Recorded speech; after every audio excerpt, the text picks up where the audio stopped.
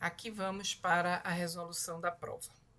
Então, veja só, a primeira questão e a segunda estão relacionadas a essa introduçãozinha, onde o aluno foi chamado para prestar um serviço à empresa de exportação de Pernambuco, com o objetivo de realizar análise de séries temporais da variável exportação de sucos e frutas do Vale do São Francisco. Assim, o gráfico apresenta a série histórica para as duas primeiras questões. Indique se a frase é verdadeira ou falsa. Então, o que é que a gente quer aqui? A gente quer olhar para esta série, certo? E identificar o que a questão está pedindo. Esta série eu já fiz várias vezes em sala de aula, né? Desde extrapolação simples até agora, até a outra parte, a gente de vez em quando cita a exportação de Pernambuco. A única diferença é que eu estou aqui com os valores em logaritmo. Então, a gente pode observar aqui que é o log do valor. Essa é a grande diferença. A fonte permanece a mesma e a gente está de janeiro de 97 até dezembro de 2025, certo? Então, vamos lá para as questões, o que é que se está pedindo. A primeira é, com base no gráfico ao lado, o aluno poderá, sim, lembrar que para as duas questões, se a frase é verdadeira, A, verdadeira, e B, falsa. Vocês andaram botando V ou F, mas tudo bem. Com base no gráfico ao lado, o aluno poderá dizer se há tendência e sazonalidade, as quais devem ser incorporadas na metodologia ARIMA, proposta por Bock, Jenkins e Wiesel, através da integração. Observe que eu não ensinei o modelo SARIMA, que também é da família dos armas, ARIMAs, SARIMAs, que foram propostos pela metodologia Bock, Jenkins e Wiesel. Então, para eu poder usar a metodologia, neste caso, eu teria que usar o SARIMA, que é a sazonalidade. Mas o que foi que eu ensinei para vocês? Eu ensinei que vocês poderiam decompor a série, e ao decompor a série, trazer a série sem os efeitos sazonais e simplesmente tirar a tendência através da integração, ou seja, de transformações lineares, que aí poderia ser soma, divisão e etc. Então, a integração ela só vai tirar a tendência, ela não tira a sazonalidade. Então, tira a sazonalidade através da decomposição e trazer os efeitos, ou seja, a gente usa o Sears, tira os X11 ou CIATs, né, o que vocês quiserem, é uma série longeva, então tanto faz qualquer um dos dois, e aí você tira os efeitos da sazonalidade, guarda para poder aplicar a última sazonalidade às previsões, e você retira o índice sazonal, requisitando a série ajustada para ser aplicada por vocês, certo? Então, aplica a metodologia de decomposição pelo comando Sears, retira os efeitos da sazonalidade, chamando a série ajustada, e obtém também a série a série da sazonalidade para ser utilizada posteriormente. Então, esta questão está errada, a não ser que eu tivesse proposto o SARIMA, tá certo? Mas e não retira através da integração. A integração já estaria incorporada no I aqui de integrado, certo? Então, essa alternativa é B, falsa. A segunda, a tendência apresentada no gráfico da série demonstra que as exportações estão diminuindo. Ora, está aqui claramente, aqui estaria a tendência, né, nessa retinha azul, e que ela está crescendo, ela não está diminuindo. Né? Então, não adianta também avaliar se ele está ou não distante do caminho de longo prazo, que é o que a gente está dizendo, você pode identificar períodos cíclicos de longo prazo através da distância entre os pontos e a reta, acima da reta quando há períodos de apoio à exportação e abaixo em períodos sem política pública de apoio à exportação. Isso seria verdade, mas a gente está com uma sazonalidade forte que faz com que a tendência ela suba um pouco mais, a linha de tendência suba pelo viés da sazonalidade. Então, essa segunda parte também seria verdade se eu não tivesse os efeitos da sazonalidade. Mas eu tenho, então não posso analisar a questão do ciclo. Então, mas só a primeira parte da questão já diz que ela é falsa, né? É B, falsa. Tá? Vamos lá para a questão 3 e para a questão 4. Observando o gráfico da questão 1, ainda com respeito às exportações, né, o aluno pode intuir se a série em questão pode não ser estacionária. E é verdade, né? A gente já identificou que ela não é estacionária porque ela tem a influência da tendência e da sazonalidade. Então, a gente tem que, ou a gente tira a sazonalidade por fora, né, pelo CIAS e trabalha com a série sem os efeitos sazonais, mas, de qualquer forma, a gente tem que tirar a sazonalidade. E a gente pode tirar a tendência, né, para poder a série ficar estacionária mesmo, a gente pode tirar a tendência na própria metodologia ARIMA, integrando ou transformando. Então, a gente tenta estacionarizar a série ou aplicando a decomposição e transformando linearmente. Então, retirar a sazonalidade, essa questão poderia estar certa, essa letra, porque você retira a sazonalidade por fora, né, que a gente tem que retirar os efeitos da sazonalidade, e transforma linearmente.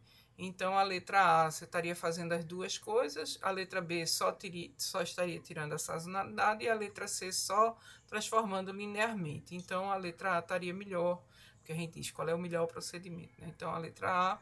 E a letra D, propor a não atualização, a atualização da série é brincadeira, né? O cara já quer que você utilize essa série e você diz, não vou utilizar essa série. Então, não tem sentido.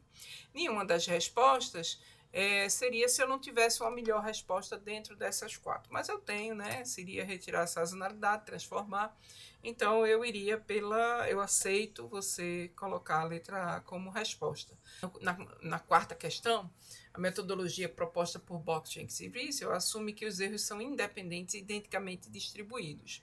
Qual a hipótese nula que se faz em tais funções para se decidir se os erros estimados são independentes, considerando o teste Lungbox? A hipótese nula do teste, então a gente tem que saber o que é o teste Lungbox. É que você tem um conjunto de correlações e correlações parciais, ou, né, um dos dois, normalmente está mais ligado à função de autocorrelação, e você diz que elas são nulas, tá? Então, você pega a função de autocorrelação e vai trabalhando com várias autocorrelações ao mesmo tempo. É semelhante a um teste F, quando você faz em econometria 1, onde você diz assim, todos os coeficientes eles são nulos, e eu faço teste F. Só que aqui a gente faz através do teste de Lungbox e Pearce, né? Lungbox. Então, o que é que ele vai fazer? Ele vai saber se todas as correlações, na verdade, não são as correlações dos erros estimados. Então, quando tem a correlação populacional, ela leva somente um chapéu. Então, não é qualquer correlação é a correlação dos erros estimados. Então, para identificar que são dos erros estimados e não dos erros, de uma forma geral, são os erros estimados, então ela leva um chapéu. Então, por isso que nessa parte A, o ρ de S é a função de autocorrelação, e eu acho que é Ψ de S, é da função de autocorrelação parcial. Então, todos os dois devem ser nulos para provar a independência. Então, e eles levam esse chapéu aqui em cima para poder dizer que eles são dos erros estimados, tá certo? Então, todos eles que você colocar na sua hipótese nula devem ser nulos. Então, essa alternativa A é a certa, né? Porque eles não podem ser negativos nem positivos, né? Eles devem ser nulos mesmo. Então, a alternativa B estaria errada. A alternativa C não está especificando que eles são correlações estimadas e correlações parciais estimadas, então também não pode ser. A letra D também não pode ser, porque não está estimando que é a função de autocorrelação dos erros estimados, e por isso que se diferencia pelo chapéu também, né? O quinto e o sexto, que estão interligados, né? Para isso eu vou fazer um gráficozinho aqui para mostrar, mas vamos ler a questão. O teste, que eu não sei dizer o nome, KPSS, que a gente costuma chamar ele, né? Foi aplicado e o resultado da estatística calculada foi de 0,4948. foram especificados 3 níveis de significância, um com 10%, a 10%, e a estatística do teste foi de 0,347. Ao nível de significância de 5%, a estatística do teste foi de 0,463.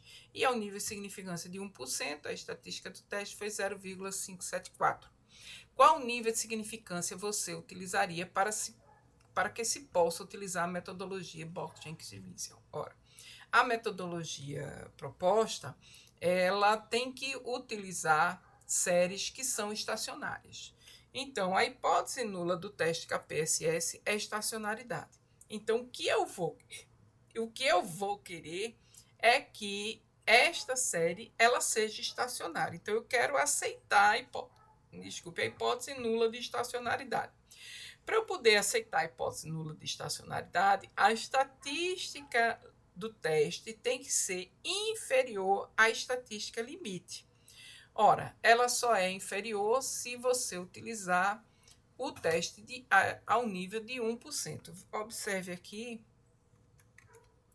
a questão 5, em que você tem os níveis de confiança, 10%, 5%, 1%, e aqui estariam as estatísticas limites.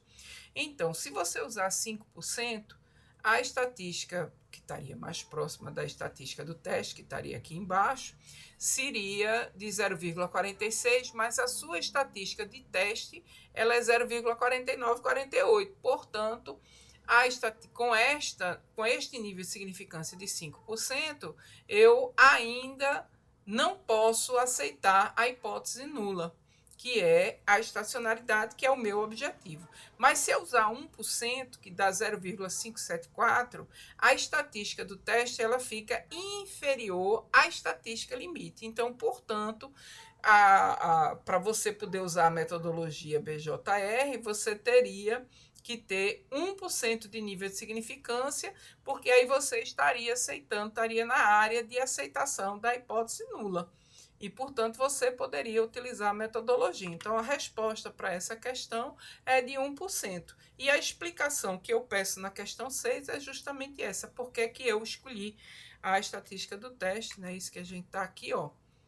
Justifique sua escolha ao nível de significância da questão 5 no espaço abaixo. Se você quiser utilizar o gráfico, você estaria utilizando esse gráfico daqui e estaria escrevendo na questão que você vai utilizar 1%, porque a estatística do teste ela fica inferior à estatística limite, que é o que você quer, que é aceitar a hipótese nula, tá certo?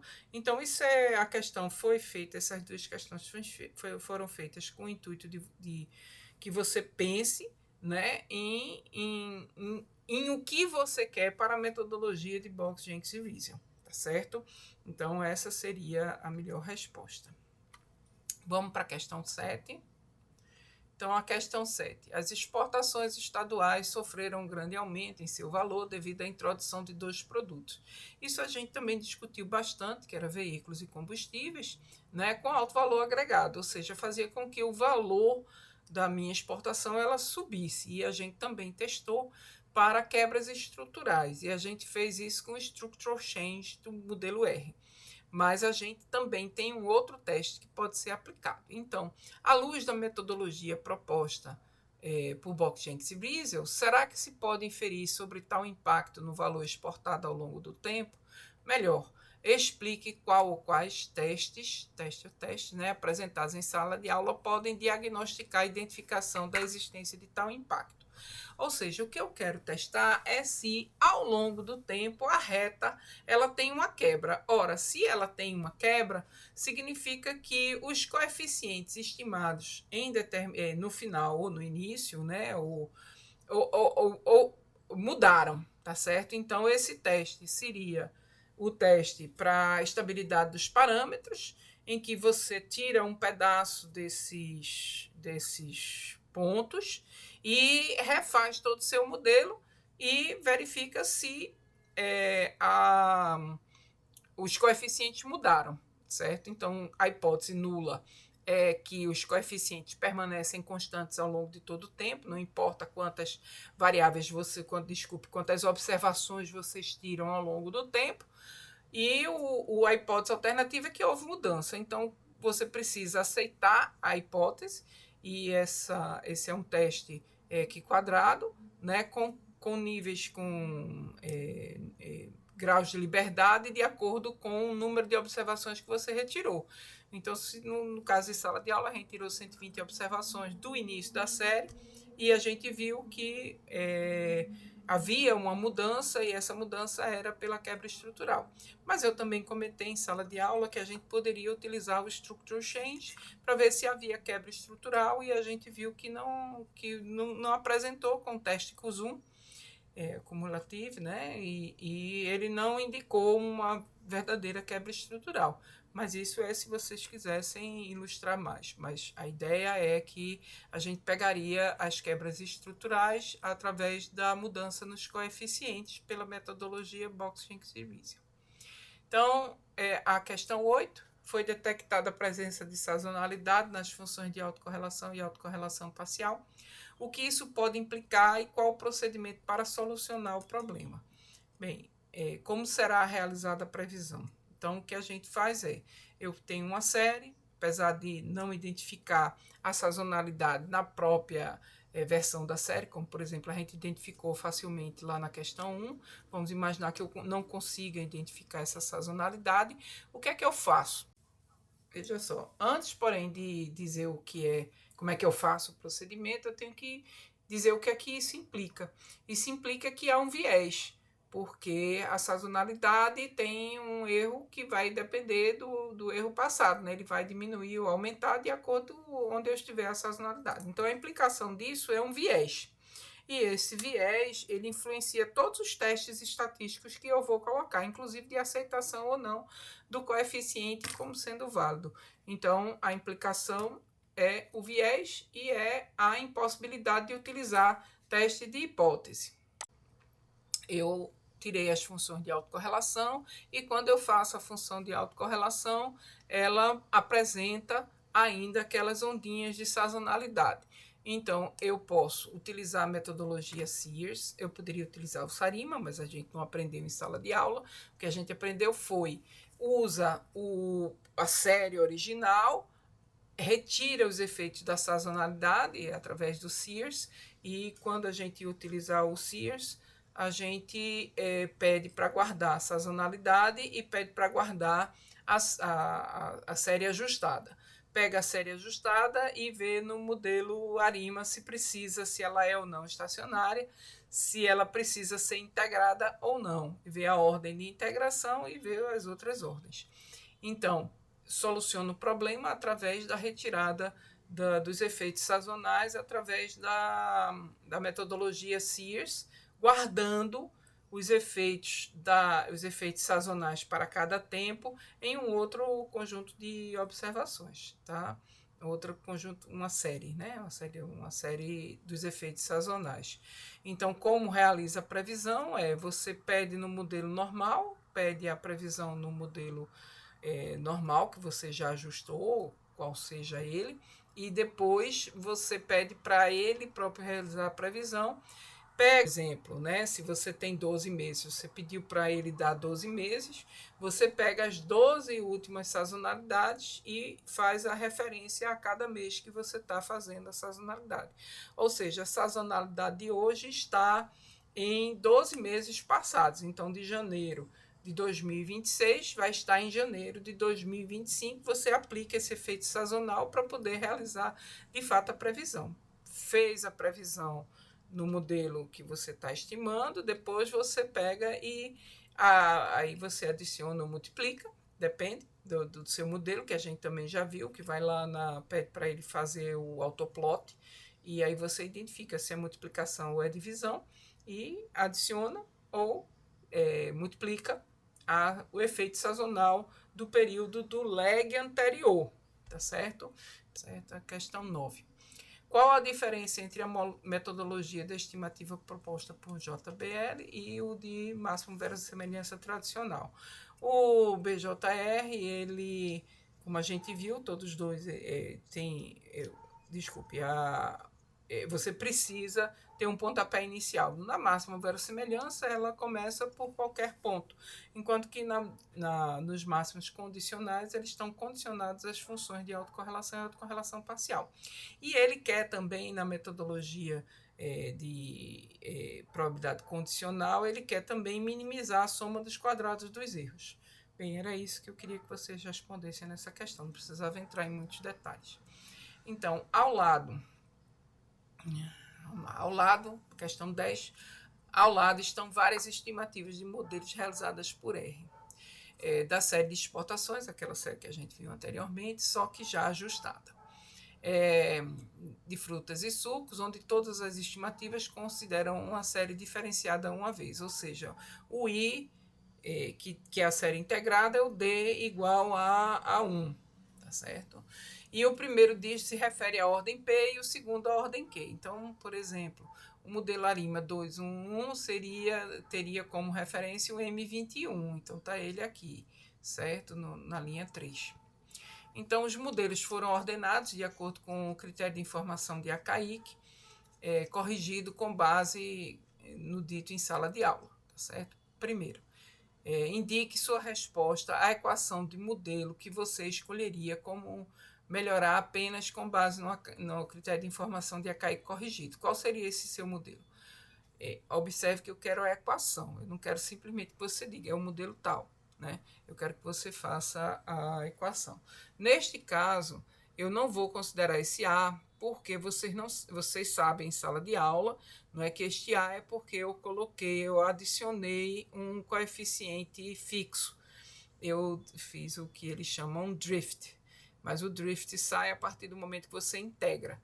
Então, se alguém me respondeu um A, eu vou aceitar, mas teria que me escrever a equação com drift, e não somente a equação. Então, aqui estaria a equação. Eu não estou dizendo para você colocar um modelo, por exemplo, esse seria o M11. Por que eu escolhi esse? Porque ele tem o menor critério de informação dentre os demais. Essa é a escolha simplesmente pelo critério de informação, mas a gente sabe que nem sempre o critério de informação é o correto. Se eu estivesse respondido o primeiro modelo, tá certo? O 111A, eu teria que colocar aqui nesta equação o drift, que seria mais um beta 0 ou alfa 0 que vocês quisessem colocar. Tá? Então, essa seria a resposta, ou o M11, que aí vocês não sabem o M11A, o que é o M11A, então eu ficaria com simplesmente essa resposta daqui como correta, mas se alguém colocou, tudo bem. Aqui, a letra B da questão 10. O que você pode me dizer sobre os modelos que estão sempre, deixa eu mover aqui um pouquinho, com a ordem Q igual a 0, para dar apoio à sua consideração, segue os gráficos das funções de autocorrelação e autocorrelação parcial abaixo na tela. Aí estão elas aqui, não é? O que é que eu teria que pensar nisso daí? A presença aqui de 0, a gente vê aqui, né, na função de autocorrelação e autocorrelação parcial. As 4 observações a gente vê aqui na função de autocorrelação parcial. Mas a gente sabe que se houver pelo menos um autorregressivo, faz com que você tenha um MA infinito, pelo teorema de Wald.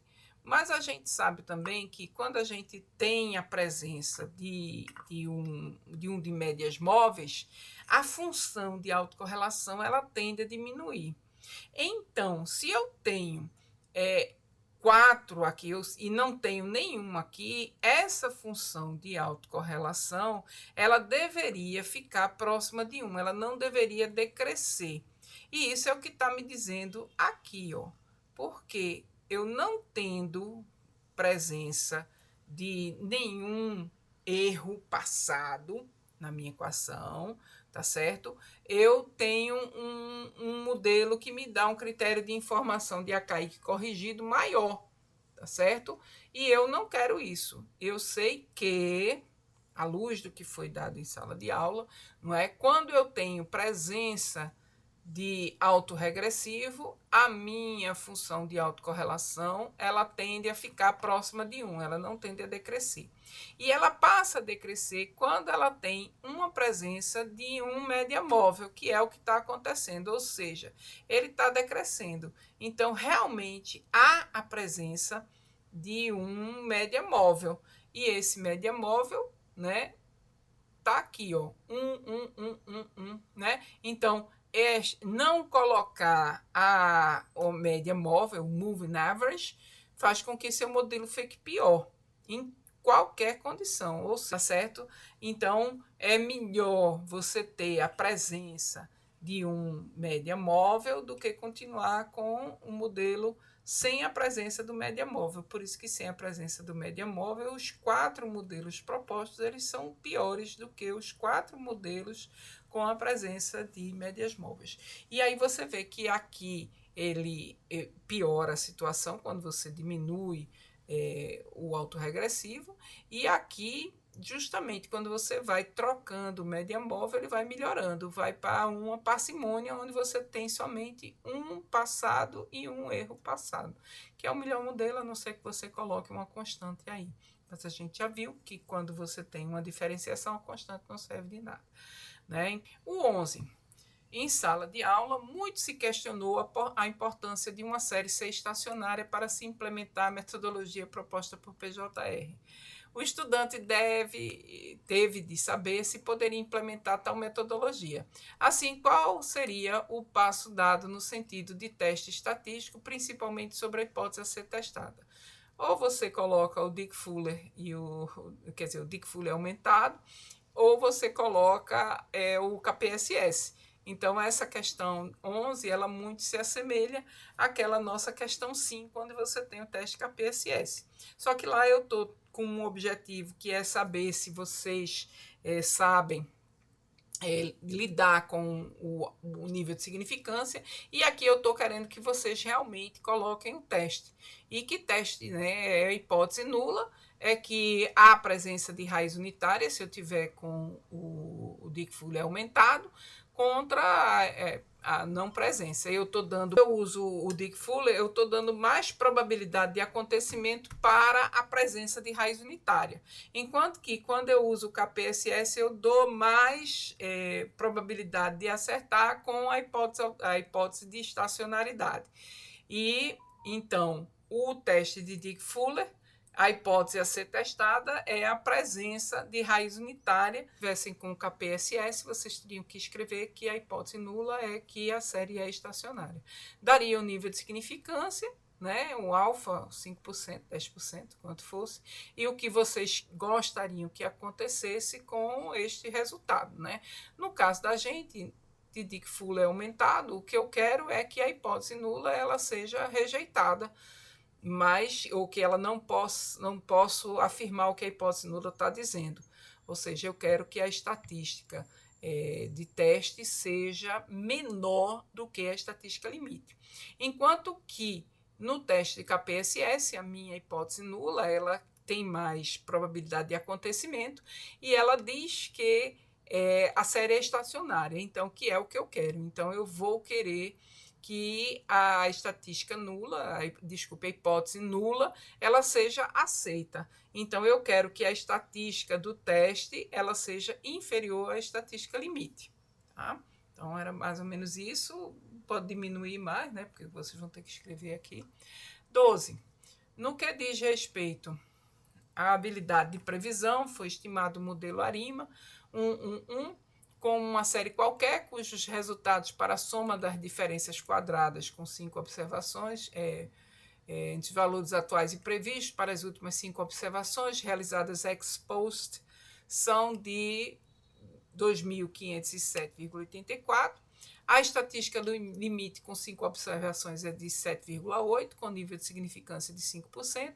Considere a variância estimada do erro é de 11.585,17. Qual a conclusão do teste? A hipótese nula é de que o modelo é um bom previsor e ao nível de significância de 5%. Tá? Ele aqui, essa é a estatística limite, e eu quero que ela seja inferior à estatística limite para ele poder ser um modelo com um bom previsor. Faz a conta, coloca que a estatística nula é inferior, né? Desculpe, que a hipótese nula é que ele é um bom previsor e quer que a estatística limite ela seja superior à estatística do teste. Se vocês colocarem aí, vocês veem qual é a conclusão. Se eu posso aceitar ou não a estatística do teste.